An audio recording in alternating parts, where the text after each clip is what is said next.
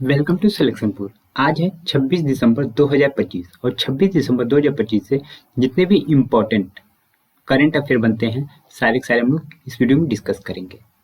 तो अगर आप इस चैनल पर नए हैं तो चैनल को आपको क्या करना है, सब्सक्राइब करना है, बेल आइकन को प्रेस करना है। अगर सच में आपको वीडियो अच्छा लगेगा तो लाइक जरूर करिएगा और वीडियो को शेयर जरूर करिएगा। तो चलिए हम स्टार्ट करते हैं। हाल ही में विजयनगर काल के अंकित 103 स्वर्ण सिक्कों की खोज कहाँ हुई है? ये आपका ऑप्शन नंबर सी तमिलनाडु में हुआ है। तो इसको आप करेक्ट कर लीजिएगा। तमिलनाडु में खुदाई के दौरान 103 स्वर्ण सिक्के मिले जो विजयनगर साम्राज्य की कला, अर्थव्यवस्था और प्रशासनिक मजबूती का प्रमाण है। चलिए, हाल ही में किस देश ने 2025 में ग्लोबल ग्रीन टैक्स लागू करने की घोषणा की है? तो ये आपका ऑप्शन नंबर बी फ्रांस देश ने। यह कार्बन उत्सर्जन कम करने और पर्यावरण अनुकूलन तकनीक को बढ़ावा देने के उद्देश्य से लागू किया जाएगा। कोप 30 सम्मेलन 2025 किस देश में आयोजित हुआ? तो ये आपका ऑप्शन नंबर ए ब्राजील में हुआ है। अगला कोप शिखर सम्मेलन ब्राजील के अमेजन क्षेत्र में होगा, जहां जलवायु परिवर्तन वन संरक्षण मुख्य एजेंडा होंगे। ठीक है, चलिए। हाल ही में भारत का पहला एआई इनोवेशन इंडेक्स किस संस्था ने जारी किया? ये ऑप्शन ए नीति आयोग ने जारी किया। यह इंडेक्स भारत में एआई निवेश, स्टार्टअप्स और डिजिटल इनोवेशन की प्रगति मापने के लिए तैयार किया गया है। ई मार्केट एग्रीकल्चर प्लेटफॉर्म लॉन्च करने वाला भारत का पहला राज्य कौन बना है? तो ये आपका केरल बना है, ऑप्शन नंबर ए जो कि करेक्ट आंसर हो जाएगा। इसका जो करेक्ट आंसर हो जाएगा ऑप्शन नंबर बी जो कि करेक्ट आंसर हो जाएगा, कर्नाटक। साइबर डिफेंस डोम प्रोजेक्ट किस देश ने शुरू की है? तो इसका जो करेक्ट आंसर हो जाएगा ऑप्शन नंबर सी यूएई। इसको आप टिक कर लीजिएगा। यूएई ने डिजिटल सुरक्षा, साइबर हमलों से बचाव और राष्ट्रीय नेटवर्क को सुरक्षित करने के लिए यह प्रोजेक्ट लॉन्च किया है। ग्लोबल पेस इंडेक्स 2025 में भारत की रैंक क्या रही है? तो भारत की रैंक 135वीं रही है, ऑप्शन नंबर ए जो कि करेक्ट हो जाएगा। यह रैंकिंग आर्थिक स्थिरता, सैन्य खर्च और अपराध स्तर और पड़ोसी देशों से संबंधों के आधार पर निर्धारित होती है। नासा के हीलियोस स्कैन मिशन का उद्देश्य क्या है? यह सूर्य के चुंबकीय तूफानों का अध्ययन करना, ऑप्शन नंबर बी जो कि करेक्ट आंसर हो जाएगा। इसको आप टिक कर लीजिएगा। यह मिशन सूर्य की गतिविधियों की निगरानी करेगा ताकि सैटेलाइट और संचार प्रणालियों पे इनके प्रभाव को समझा जा सके। 6G टेस्टिंग में विश्व में पहला स्थान किसने प्राप्त किया? तो ऑप्शन नंबर ए जो कि करेक्ट हो जाएगा, चीन देश ने प्राप्त किया है पहला स्थान। चीन ने 6G रिसर्च लैब टेस्टिंग और टेक्नोलॉजिकल डेमोन्स्ट्रेशन में तेजी दिखाते हुए शीर्ष स्थान हासिल किया है। ग्रीन क्रेडिट ट्रेडिंग प्लेटफॉर्म किस भारतीय बैंक ने लॉन्च किया? तो एसबीआई बैंक ने लॉन्च किया है, ऑप्शन नंबर ए जो कि करेक्ट आंसर हो जाएगा। यह प्लेटफॉर्म पर्यावरण संरक्षण गतिविधियों जैसे वृक्षारोपण व कार्बन उत्सर्जन में कमी के लिए ग्रीन क्रेडिट खरीद बिक्री को सक्षम बनाता है। अब हम बात करते हैं स्टैटिक जीके। स्टैटिक जीके भी आपके एग्जाम के लिए बहुत ही इंपॉर्टेंट रोल रखते हैं। तो चलिए हम स्टार्ट करते हैं। गोल गुंबज कहाँ है? तो गोल गुंबज आपका बीजापुर में स्थित है। तो ऑप्शन नंबर डी जो कि करेक्ट आंसर हो जाएगा। बीजापुर अपनी किस चीज के लिए जाना जाता है? तो बीजापुर अपने गोल गुंबज की वजह से जाना जाता है, ऑप्शन बी जो कि करेक्ट आंसर हो जाएगा। बीजापुर गोल गुंबज की स्थापत्य कला के लिए जाना जाता है। निम्नलिखित में से किस राजवंश ने बीजापुर में स्वतंत्र शासन की स्थापना की थी?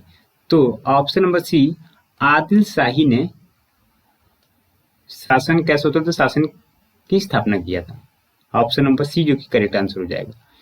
यूसुफ आदिल शाही ने 1489 ईस्वी में बीजापुर में आदिल शाही राजवंश की स्थापना की थी और स्वतंत्र राज्य चलाया था। निम्नलिखित में से उस शासक का नाम क्या है जिसने विजय स्तंभ का निर्माण करवाया था? तो राणा कुंभा जो थे उन्होंने क्या किया था? विजय स्तंभ का निर्माण करवाए थे। राणा कुंभा ने अपने पिता मोकेल के हत्यारे महाप्पा पनवार को, जिसने भागकर मालवा में शरण ली थी, को वहां के शासक मोहम्मद खिलजी से समर्पित करने की मांग की। मोहम्मद खिलजी द्वारा हत्यारे को समर्पित करने से इनकार करने पर राणा कुंभा ने युद्ध की घोषणा कर दी और मोहम्मद खिलजी को पराजित करके युद्ध बंदी के रूप में चित्तौड़ ले आया। इस विजय की स्मृति में कुंभा ने चित्तौड़ में कीर्ति स्तंभ या विजय स्तंभ का निर्माण करवाया। इसे हिंदू देव शास्त्र के चित्रित कोष भी कहते हैं। हिंदू देव शास्त्र के अनुसार क्या कहा जाता है? चित्रित कोष भी कहा जाता है। इस स्तंभ की गणना भारत में सबसे आश्चर्यजनक मीनारों में से की जाती है। इसका कुछ अंश लाल पत्थर और कुछ संगमरमर का बना हुआ है। अनेक हिंदू देवी देवताओं के चित्र इसकी शोभा बढ़ाते हैं और इन चित्रों के नीचे लेख उत्कीर्ण है। चित्तौड़ का कीर्ति स्तंभ किसने बनवाया था? तो आपको बता दें कि विजय स्तंभ बोले या चित्तौड़ का कीर्ति स्तंभ बोले, बात एक ही होता है। और किसने बनाया था? राणा कुंभा ने। ऑप्शन नंबर बी जो कि करेक्ट आंसर हो जाएगा। निम्न से किसने बीदर में मदरसे का निर्माण करवाया था? तो इसका जो करेक्ट आंसर हो जाएगा, मोहम्मद गवा ने क्या किया था? बीदर में मदरसे का निर्माण करवाया था। ऑप्शन बी जो कि करेक्ट आंसर हो जाएगा। बीदर में मदरसे का निर्माण मोहम्मद गवा ने करवाया था। मोहम्मद गवा मोहम्मद द्वितीय के शासनकाल में ख्वाजा जहां की उपाधि धारण कर प्रधानमंत्री बना था। मोहम्मद गवा ने बीदर में एक महाविद्यालय की स्थापना की थी। मोहम्मद गवा के पत्रों का संग्रह राजैत उल ईसा के नाम से जाना जाता है। बहमनी राज्य का संस्थापक कौन था? तो बहमनी राज्य का संस्थापक अलाउद्दीन बहमन शाह था। ऑप्शन नंबर ए जो कि करेक्ट आंसर हो जाएगा, इसको टिक कर लीजिएगा।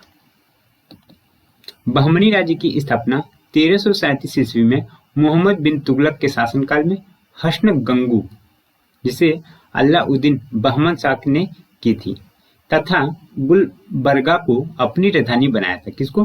गुलबर्गा को अपनी राजधानी बनाया था। उसका नाम बदलकर असहानाबाद कर दिया गया था। इन्होंने बहमनी साम्राज्य को 4 प्रांतों में तोड़ा था। पहला प्रांत था गुलबर्गा, दौलताबाद, बरार एवं बीदर में बांटा था। रूसी यात्री निकितन ने बहमनी राजा ताज उद्दीन फिरोज के शासनकाल में भारत आया था।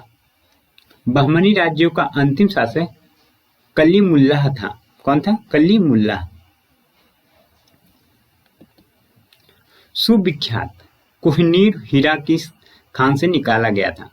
तो गोलकुंडा खान से निकाला गया था। ऑप्शन नंबर डी जो कि करेक्ट आंसर हो जाएगा। सुविख्यात कोहिनूर हीरा गोलकुंडा के खान से निकाला गया था। भारत का प्रथम मुगल बादशाह कौन था? तो भारत का प्रथम मुगल बादशाह बाबर था। ऑप्शन नंबर सी जो कि करेक्ट आंसर हो जाएगा। भारत का प्रथम मुगल बादशाह बाबर था। इसने पानीपत के प्रथम युद्ध 1526 ईस्वी में इब्राहिम लोदी को पराजित कर मुगल साम्राज्य की नींव डाली थी। दिल्ली में मुगल साम्राज्य की नींव निम्नलिखित में से किस लड़ाई से परिणाम स्वरूप पड़ी? तो पानीपत की पहली लड़ाई। ऑप्शन नंबर डी जो कि करेक्ट आंसर हो जाएगा, इसको आप टिक कर लीजिएगा। पानीपत की प्रथम लड़ाई के बाद भारत में मुगल शासन की नींव पड़ी। यह युद्ध 21 अप्रैल 1526 ईस्वी को बाबर तथा इब्राहिम लोदी के बीच हुआ था, जिसमें इब्राहिम लोदी की पराजय हुई और बाबर ने दिल्ली पर अधिकार कर मुगल साम्राज्य की स्थापना की। इस युद्ध में बाबर ने पहली बार प्रसिद्ध तुलगमा युद्ध नीति का प्रयोग किया। किस नीति का प्रयोग किया? तुलगमा युद्ध नीति का प्रयोग किया। अब हम बात करते हैं जो मैंने आपको कल का क्वेश्चन दिया था, हाल ही में ग्लोबल सिटी इंडेक्स 2025 में दिल्ली की रैंक क्या रही है? तो दिल्ली के रंग क्या रही है आप बताइए। अगर आपको पता है तो आप कमेंट करके बता सकते हैं। आपने जो लोग ने बताया था बहुत अच्छी बात है, आप लोग अच्छे से पढ़ाई कर रहे हैं। जिन लोगों ने नहीं बताया तो आप लोग अच्छे से पढ़ाई करिए। तो इसका जो करेक्ट आंसर हो जाएगा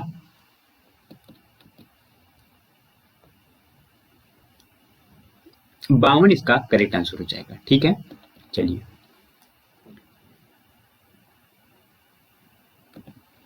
आज का क्वेश्चन है 2025 में दुनिया के शीर्ष 10 सबसे अधिक आबादी वाले शहरों की सूची में भारत की राजधानी दिल्ली को कौन सा स्थान प्राप्त हुआ है या दिया गया है। तो आपको इसमें से बताना है। 4 ऑप्शन है और 4 ऑप्शन में एक ऑप्शन आपका सही होगा। तो फ्रेंड्स मैं आपसे यही कहूँगा कि अगर आपने अभी तक चैनल को सब्सक्राइब नहीं किया है तो चैनल को आप सब्सक्राइब कर लीजिएगा और बेल आइकन को प्रेस कर लीजिएगा। अगर आपको सच में वीडियो ये अच्छा लगा आपको पढ़ने पे तो आप लाइक जरूर करिएगा और वीडियो को शेयर जरूर करिएगा। तो अब हम मिलेंगे नेक्स्ट वीडियो के लिए, तब तक के लिए धन्यवाद। जय हिंद, जय भारत, जय मां सरस्वती।